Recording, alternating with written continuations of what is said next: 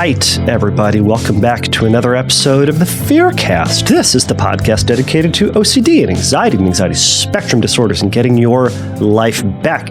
I'm your host, Kevin Foss. I'm a licensed therapist specializing in OCD and anxiety disorders. Thank you all so much for joining me today.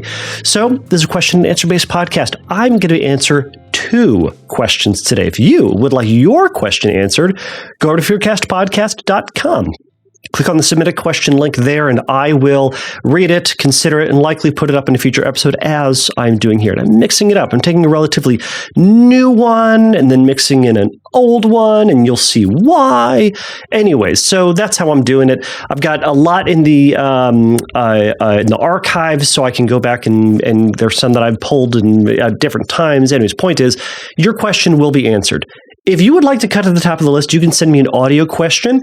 You can go over to Fearcast Podcast at Instagram, send me a DM, record your voice message there. You can record your voice message into your phone and send that file over to me at questions at Fearcast Podcast. You can send me the shared Google Drive if you uploaded your thing. You've heard me explain it before.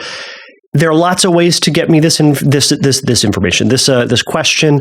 Send it to me. I will likely put it up. But audio questions go to the tippity top of the list. But today I'm reading 2 questions, so I apologize. You're just going to have to suffer through my terrible reading. So that's how that's going to go.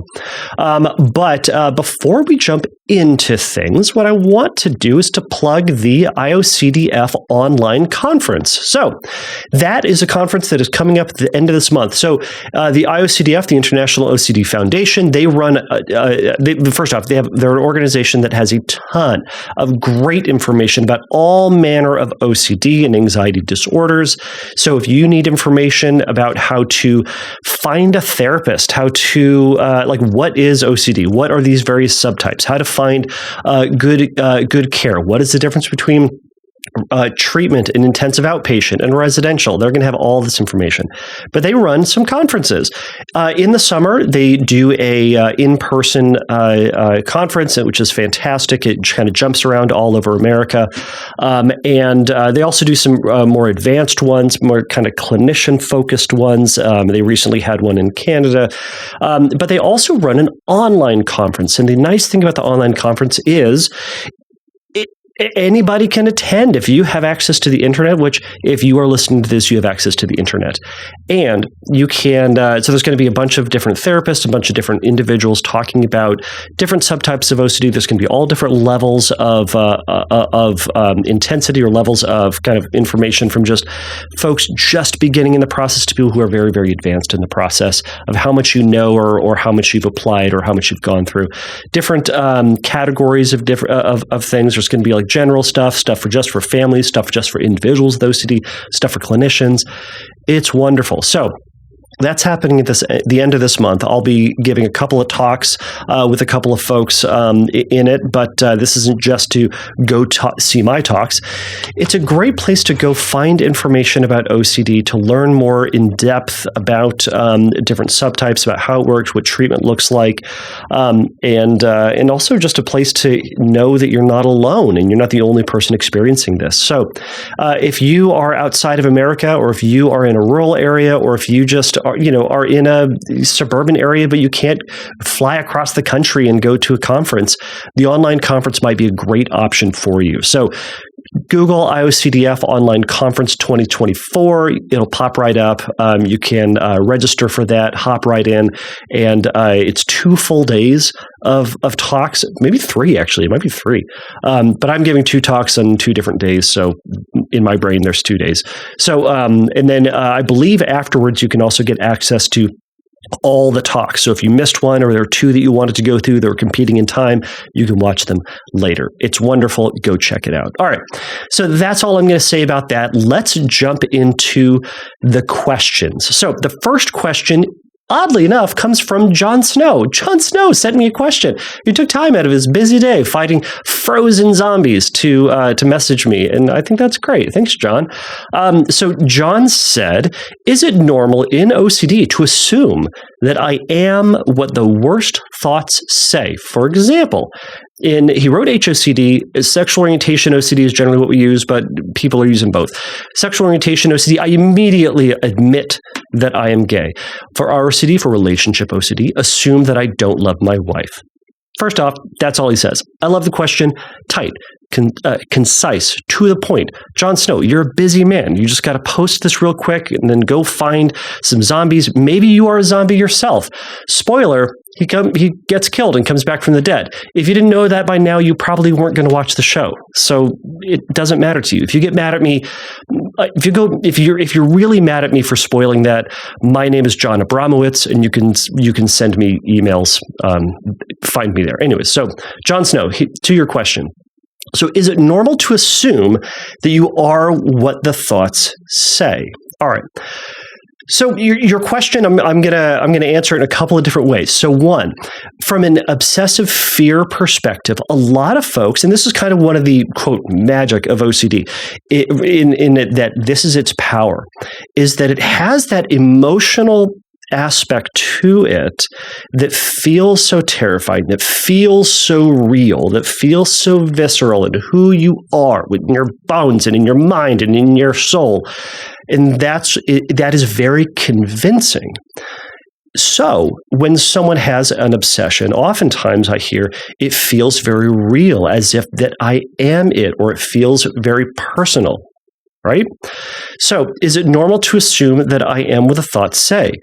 Yes, in that it's very normal for when an obsession shows up, the what if thought shows up, it can feel like you are that thought. So, oh no, what if I'm gay? Well, I must be gay. Oh no, I have this feeling, this fear or this thought that I don't love my wife. Oh no, it must be real. I must not love my wife for real. Oh no, I must be contaminated. I touched the wrong thing. There's poison in that. There is asbestos. It must be real, or I am going to die, or I do have cancer, or so you kind of get the idea, right? It does feel very real, and that is part of the mechanism that causes people to go forward in compulsion. Now, in other words, Jon Snow, you're not alone in that. It's hard to convince yourself based on that tremendous feeling that thought or that feeling or that assumption or that accusation is wrong. But you have told yourself over and over and over again, you have fought, you have researched, you have asked for reassurance, you have investigated, you have washed and cleaned and organized to the point of trying to confirm what you believe is true.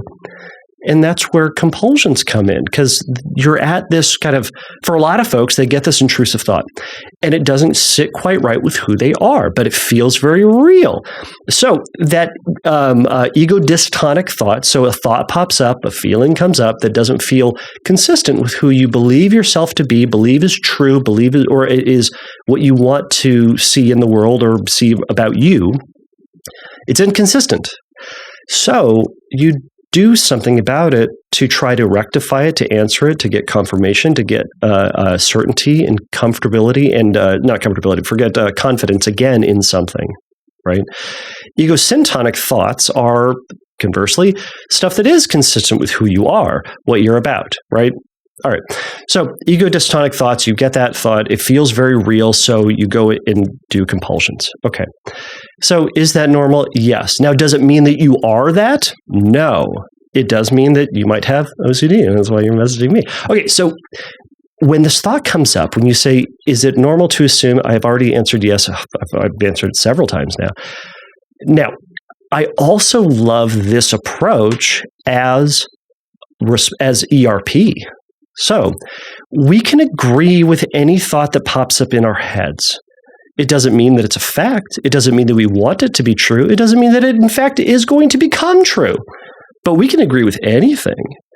And in fact, when we agree with it and kind of roll our eyes at it, it can help to diffuse its power. It can kind of take its power away from who you are, kind of grabbing onto you. Because we're kind of disregarding it. It's the cool story, bro, of responses to OCD thoughts. So what does this look like? So if a thought comes up and says, hey, you're gay, instead of going, oh no, I must be gay. This is awful because I'm dating someone or I'm attracted to, so-and-so and, everything in my life is going to change and I don't know who I truly am and everything's going to be awful. Instead, you can say, well, I guess I am. Well, that's going to be a surprise for my wife. So, we'll have to have an awkward conversation. Not right now, but eventually she'll have to know. So, but for right now, I'm going to go, be married and see how that goes. Now, that's a lot in that. Choose your own adventure with it as well. But kind of the idea is you're rolling your eyes at the thought. You're making a bit of a joke about it. Oh no, maybe I don't love my wife. Well, I guess it's going to be a rough conversation, but I guess I'm going to be dating again soon. Better go to the gym. Anyways, you're rolling your eyes. You're making a joke about it. You're agreeing with the thought, but it doesn't mean that you then have to put that into practice. I'll give you an example. This is perhaps a silly example, but I think it's a really tangible one. Simply saying that you are something doesn't mean you are that. We do this on a regular basis, but we do it when we are more comfortable doing it when that feeling of anxiety isn't overwhelming. Now, you've heard me say it before. OCD isn't really a thought problem. It's a feeling problem. It feels bad and scary, or it feels like you need to do something. There's that urge behind it. You, Jon Snow, have told yourself the opposite is true 100,000 times, so that feeling still drives you. All right, give you an example. So if my kids come up to me and says, Dad, be the Cookie Monster. You're the Cookie Monster. Now, am I, therapist Kevin Foss, the Cookie Monster?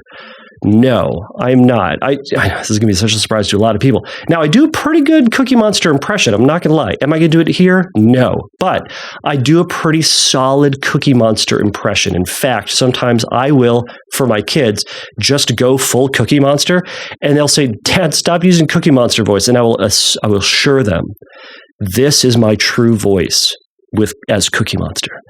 And they will say, that's not your real voice. Use your dad voice. And I'll say, you mean use my Muppet voice? And they say, yes, that's your dad voice. So I'll say, okay, I'll go back to my dad voice, which is kind of what I'm using here. And I'll say, this is my Muppet voice. My regular voice, my true voice is Cookie Monster voice. They don't enjoy it as much as I do, but I'm a monster, not that one. Anyway, so if they say, Dad, you're Cookie Monster, I'm going to go, of course I am. And then I will continue, and then I will begin using Cookie Monster voice, and I will act like Cookie Monster, and we'll pretend and we'll play that game.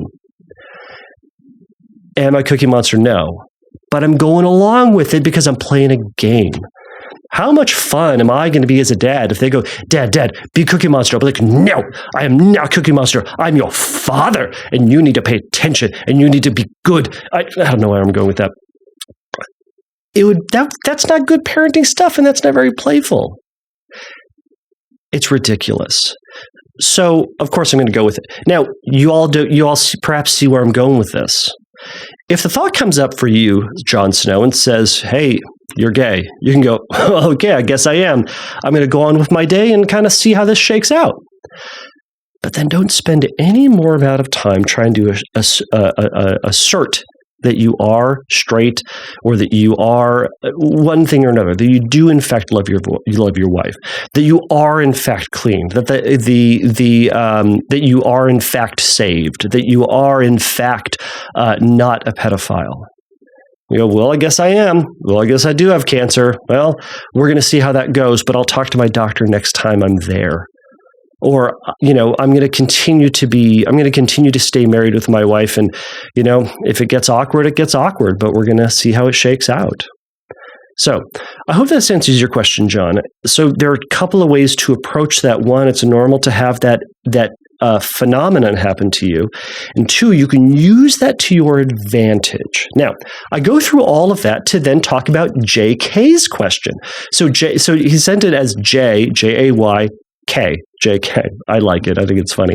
And this proves the point, everybody. If you would like anonymity in this, you can indeed send me a fake name. I will ask for your real name and real email address, and I'm not going to respond if I don't get that for legal and safety purposes. But say whatever fake name you want. That's the name I'm going to read. if Jay's real name was Jay, he can still say, my name's Jay. That's fine. No one's going to know. But I say that as a way to encourage y'all that if you have a question, but you're worried about other people finding out, give me whatever name you want. I don't think Jon Snow really sent me a message. Maybe he did, though. But anyways, you get the idea. All right, so this comes from JK. So it's going to be a little rambly, but I think what this is, I love this because I think this really reflects the internal experience of someone who's going through it, who's struggling. And this is just a stream of conscious message. So he sent this over at Fearcast Podcast. So here's what JK says. What if you did something horrible at 13 that your POCD and real event OCD targets? So first off, POCD, pedophile OCD, it's an OCD subtype focusing on obsessions and fears that you are or will become a pedophile. And real event OCD is another subtype of OCD, but they're all OCD. Real event is focusing on something that happened in the past that actually did happen, and the fear is all about, well, what's going to happen because of this? So the rumination is about an event that actually did happen. POCD and all the other obsessions are obsessions about something that could possibly happen, but hasn't actually happened. So it's all speculative. Anyways, so the real event and POCD or real event can happen and kind of grab onto a lot of different things. Anyways, so he goes on to say, I don't ever want to, ever be a P at all. So he says P. I'll explain that. I don't ever want to be a CHOMO at all. CHOMO at all. I believe that is short for child molester. But anyways, so I never want to be a CHOMO at all. I was 13 when these real events happened, and now I'm 20. I've asked my mom about this so many times, and every time she tells me that it's not serious anymore. I don't know exactly what that means. It's not serious anymore, that the person is okay, and that I'm not a CHOMO, ... I've never ever wanted to harm a child in any way, shape, or form, ... I seriously don't ever want to do anything to a child in any way, shape, or form, and I seriously don't ever want to do anything like that to a child now or in the future, ... I've never had any fantasies about kids, and I never want to, ... I never ever want to be a P or a CHOMO in any way, shape, or form. You're getting redundant. I was 13, ...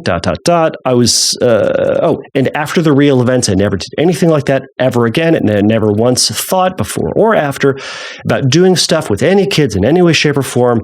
I never once fantasized about kids or wanted to do anything with kids. It was 2 years, and I constantly ask people this. My mom is reassurance in the early hours of the morning, and I feel like extremely anxious or guilty, ... I didn't know how horrible the action was, and I never did it again with anybody, ... I was 13, now I'm 20, ... All right, there's a lot of dots, lots of okay, so here's what I love about this. I'll say this first. All right, let me channel. All right, I can do this. Let me channel my inner Kim Quinlan. All right, Jay, that stinks. She wouldn't say stinks. She's a classy lady. But I can't do it. All right, so Jay, that stinks. I'm so sorry you're going through this. I can hear the pain in what you're talking about. I can hear the struggle in what you're saying. It is, as much as my joking comes across, I hear the struggle that you're going through, and I've seen so many folks who are struggling in this similar way. And all of you listeners, and you're hearing this, you can hear the repetitiveness of this, the assertion of what Jay believes to be true, the fighting against the fear and the possibility that the feared thought is right and true and accurate. And it's so evident. But what I love about this is that it really highlights kind of what it can be like for some folks in the middle of their obsession, in the middle of that pain, just to try to get a hint of okayedness, a hint of safety and of peace again. But OCD is relentless in this. So what I'm imagining, and kind of what Jay has alluded to, is that he has these obsessions. The accusation is something happened at 13 that is now triggering a POCD thought. Now, I'm going to agree that something happened because I'm just going with Jay's saying. He's talking about this real event OCD, and it targets something that actually did happen. And then there's a story playing out in his mind about then what it means, and what it means for him and for this other person, and what it means ongoing for him in his life. And that can be terrifying for obvious reasons. So I wanted to read this one after I read Jon Snow's question, as I think that Jay is experiencing what Jon Snow is talking about. Jay is experiencing that thought, that accusation that says you are a pedophile, and telling him this story about what's now going to happen to him, what's true about Jay, what's true about his character and what we can expect from him. And to a certain degree, I'm willing to bet there's an assumption about what he, quote, deserves because of something that happened at age 13. Now, what I'll also say, Jay, is with all of this, I would encourage you to go see a therapist to unpack all of this. I would encourage you to go see a OCD specialist if you're able to, in order to meet with someone who understands the nuances and the dynamics that happen in all of this. There can be a temptation to say, I never want to talk about this with anybody for fear that they're going to call the police or put me in a hospital somewhere or arrest me or publicly out me, or it's going to ruin my career or something to this effect. We hear stories like this all the time. And part of what we do as a therapist is we want to assess the situation to see what happened, to see if there's anything reportable, and if there's anything that needs to be done. Now, I'll say this. More often than not, there isn't. There's nothing to be done, because what OCD tends to do is it often takes something and twists it or skews it in a way that ignores vital information, but amplifies other information, or even amplifies made-up information, adds that to the story to then incriminate, morally or emotionally incriminate us into something terrible. Okay. So unpacking this with someone would be really helpful, and would also help you to identify how the OCD cycle is working in your life, from the triggering thoughts to what the obsessive story might be, to how anxiety is impacting your body, and how that urge is driving you to compulsive behavior, including thoughts, and how that whole cycle is only reinforcing a thought that is unlikely to be true. Now, that's one of the things that treatment and a therapist would be able to help you to do. Now, Jay, I'll also say in your email, there essentially isn't a question. There is this stream of thought, right? But I want to highlight for this. So Jay's doing a lot of compulsion in here. So it sounds like there's compulsion of confession. So there can be this urge for some to try to tell somebody else, to try to get it off their chest, to say, here's kind of what's happening. I'm looking for someone to say you're okay, that you didn't do anything, that the other kid is fine. Now, you've also talked about that as you've asked your mom a bunch of times. Your mom has already answered those questions. Now, it's reasonable for all of us that if we don't have an answer to a question, or we have a question we've never asked before, we should ask it. We get the information and we move forward with that new information. Now, we should ask people who are good authorities on the subject, who have something to say about that, who we can trust in what they're saying. You're asking your mom. I think she may be a good resource in this to ask. You got your information. Typically, you'd now move forward with that. I'm willing to bet she said, it's fine. The other person's fine. It's not serious. Theoretically, that would take you off the hook, but the feeling doesn't take you off the hook. Because remember, it's not a thought problem. It's a feeling problem. It feels bad. So you go back to it. You go back to the rumination. All right. So you've got this thought. It's pulling you back in. It's feeling incriminating. You feel guilt. So it feels like there must be something to do about this, but you feel stuck in what to do about it. Sometimes with real event OCD, it can feel like you have to go back and apologize to that person to hear him or her say this. You have to call the police on yourself. You have to take some sort of action to take yourself off the hook. Now, oftentimes when that happens, you aren't going to get the relief that OCD wants, because there's always going to be another question. And I think that's what's happening here, Jay. You got the question answered from your mom, but then your brain said, yeah, but But what if you actually are? In other words, what if your mom's wrong? So undermining the resource that you got. Now, that could be with anything. If you went and talked to this other person and apologized and said, hey, I feel so terrible about this, they might say, it was fine, it was nothing. You might get relief for about 20 minutes. And then later on, your anxiety will pull you back in and again, accuse you. And again, pull you back in with that emotion. It's going to say, no, but maybe you're fine with him, but maybe it awakened something in you, right? So now it's back to the original accusation. It's going to say, all right, well, maybe he wasn't being truthful about saying he's okay. Maybe deep down, he's actually really hurt, or maybe he's going to be hurt, or something bad is going to happen somewhere in the future. So you're back to the rat race of anxiety and compulsive cycle. Another thing that you're doing, Jay, is you're using substitutionary words as compulsive avoidance of certain ideas, and likely speaking, because those words create a ton of anxiety. So you're using the letter P in place of pedophile. I see this a lot. Using the word como, I'm assuming it's pronounced como, chomo, anyways, for what I'm assuming is child molester. And I have heard some folks use that in the past, but anyways. So again, substitutionary because you are afraid of saying that word. All right. So something that's really important that I want everybody to remember is we want to separate OCD from the actual events, OCD from who it is that we actually are. And if we can view this as these are thoughts and stimulus that is making you feel uncomfortable or making you feel afraid, and your brain is overreacting in a way to something that feels scary. A scary thought is bouncing between your ears and falling into the amygdala, and the amygdala is spitting out all that fear. So you're responding to real fear produced by the amygdala. And it is an imagined story that your brain is telling you. Now, I know that you're going to say, yeah, but it actually happened. Okay, something did happen at 13.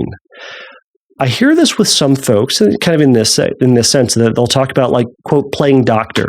Playing doctor is a age-appropriate activity that kids sometimes do. It can go further than perhaps you currently would like it to go, and OCD can grab onto that. So now, this is where you can unpack this with a therapist in terms of, what did happen? Did it go too far? And a therapist with more information will be able to help you unpack some of this. But something happened at 13 that your brain is grabbing onto. We need to remember that there's nothing that our rumination is going to do that's going to change what happened at 13. And I'm sorry that you found yourself in that situation, or there were things that you might have done to help that, or to help move that forward, or to get that there, or that you were pulled into it in some sort of way. I don't know what the situation that happened, but something happened. And we need to recognize that ruminating about it, trying to undo it, trying to correct it won't change the past. Our job is to bring ourselves to the here and now and recognize that that's part of who you are, and that's part of what has created who you are today, for better or for worse. And then we also need to let go of things that are making this the center of your life. Saying things like P, como, feel better temporarily, but ultimately what that does is it confirms your fear. And it confirms that the thought that maybe you are going to become, or you are, or you were a pedophile, it confirms that is something you ought to worry about. But what I would love for you to practice is actually leaning into and embracing these words and these thoughts, not as a way of confirming that you are in fact that, but as a way to allow yourself to have that thought more freely and to embrace and tolerate the presence of that thought more freely. And the way that you can do that is by saying the word, writing the word pedophile. Now, you can work up to this, and a therapist working with you on your hierarchy would work up with this with you. But when you can say that word not without anxiety, but without compulsion, that's certainly going to help, because if this thought pops up into your mind, we want to be able to say, oh, that's uncomfortable, that sucks, I hate that happened, but we don't need to do anything about it. What you do need to do is to live your day today and to move forward in the direction of life that you want to go in. Same thing with the word coma, writing out child. That in and of itself can be uncomfortable as part of exposures. And you write the word child, child, child. You say the word child, child, child, child, child over and over and over again until the anxiety of that word comes down and you learn that you can say that and that your worst fear is unlikely to be confirmed, that you can say that. And oftentimes the anxiety of it comes down and it gets easier to say. You want to be able to say child. And then you want to be able to add molester to it. And that's going to be harder, I assume. But you say that one over and over and over again to the point where the thought of this becomes boring. You can script out this story when you're ready to move up to that state. You can highlight those words in the story that feel uncomfortable. You can write those words on a giant piece of paper and put them up in your room. Surround yourself by those ideas while resisting compulsive behaviors. This is going to be the most important. Compulsive behaviors and thoughts. And you recognize that that feels uncomfortable and there's a draw to pull yourself back into it. But remember, pulling yourself back into or letting yourself being pulled into the rumination, into the solving process, out of for my ICBT friends, out of the present moment and into the OCD bubble, or I think I call it the OCD fantasy land. Letting yourself stay in the moment and not in the fantasy. Because in fantasy, that worst fear that you have is a fact. And in the fantasy, all those consequences that you're afraid of, or all those truths that you're afraid of are true.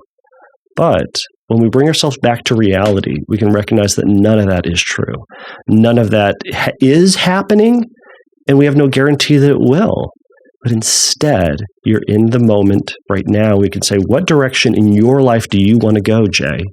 How are you trying to create and craft your life? What's important to you? Who is important to you? And how can you, in a values-based way, progress in life in those directions? Because OCD wants to divert you into another direction because, as we talked about with Jon Snow, the accusation feels very real, but we want to recognize that just because it feels real doesn't mean that it is real, right? Feelings aren't facts. We've talked about this 1,000 times, right? This is, in fact, how horror movies work and how chick flicks work, right? We go and see that movie and we feel terrified. You feel fear. Or you go to a movie and you feel the lovey-dovey feelings. It feels great. But are you falling in love? No. Are you, in fact, in danger? No. You're watching a movie and your brain is perceiving these stories, going into the amygdala, especially with fear, and then kicking out fear, and you're experiencing that, right? So this is a natural, normal experience that your brain has hijacked, that OCD has hijacked and is using for ill, not for good. So Jay, I'll let you go here. I've yammered on quite enough, but thank you so much for this question. I would encourage you to chat about this with a therapist. And if finding a therapist is going to be hard to do, there's going to be tons of books out there. There are tons of podcasts. There are tons of YouTube personalities. There are self-guided treatment programs. Somebody emailed me today, I think, or recently, and asked if I put one together. I have not put one together, but it doesn't mean I'm not thinking about it. But I know there are going to be tons of them out there that are all very good and could be helpful. So, Jay, at the very least, catch yourself in these compulsive behaviors to ask or to confess or to seek reassurance or to avoid and do the opposite and tolerate that and know that it's going to be uncomfortable for a time. But the more you engage with it, the more you allow the thought and that feeling to be there, the more you learn that it's okay and it's safe and fine to have that thought and that feeling. And your brain will let go of its grab on you for that. It doesn't mean it's going to let you go fully. It doesn't mean that the thought of like being a pedophile, you're going to go like, that's a great thought. I love this one. It's going to become a thought that goes, ugh. But hopefully it will have less of an impact on you so that you can instead engage with more positive, desirable directions. All right.